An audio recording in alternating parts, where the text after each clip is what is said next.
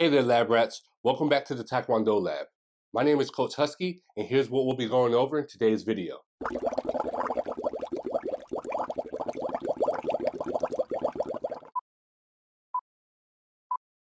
Here we are in the lab, where athletes like you hone their skills to take their game to the next level.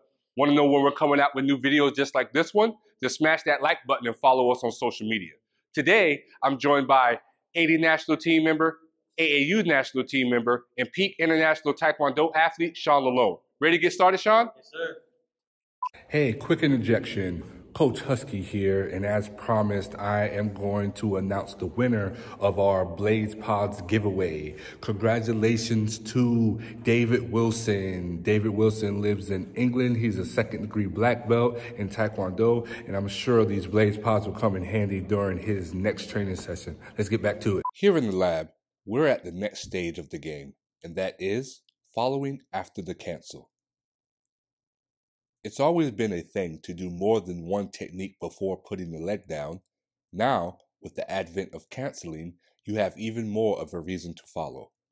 Before the cancel, you are attacking a poised opponent who could potentially land a devastating counter.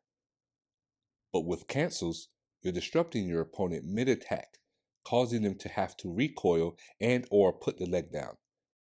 To follow after the cancel, you first have to have strong cancels. To increase the strength of the cancel, have a partner hold a shield face down to an athlete's waist level. Next, have the athlete lift the nearest leg for a cancel into the shield. Make sure that the partner is applying resistance, making it difficult for the athlete to lift. Do this for at least 2 sets of 15 repetitions. Next, you must train to have better leg dexterity, meaning the ability to move the leg in all sorts of directions prior to dropping. To train this, have a partner push the leg of an athlete in different directions while the athlete is holding their leg out in a round kick position. The athlete is to keep the leg straight and use the core muscles to bring the leg back to their center line before the next repetition. The goal of the partner is to try and get the athlete to drop their leg. This may look easy, but is an extremely difficult exercise. After a few weeks of training both, athletes should have no problem with the next 2 drills that follow. The first canceling and following drill is relatively simple. After performing an axe cancel in a closed stance, keep the knee high and hop forward, performing an axe kick over the opponent's shoulder. The second follow drill is a little more difficult because it uses the under cancel, and the follow depends on when the opponent's leg is removed from the top of your leg.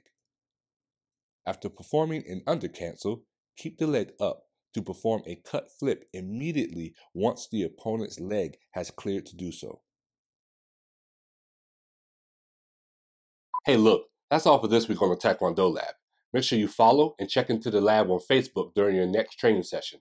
We want to know what you're doing. Also, make sure you tag and follow us on Instagram, especially if you're trying some of our stuff. We'd love to see videos of your training sessions, exercise routines, and just general Taekwondo videos. Lastly, make sure you subscribe to our podcast, where we'll discuss our weekly videos in depth, going over strategy and the pro way to use combinations and techniques.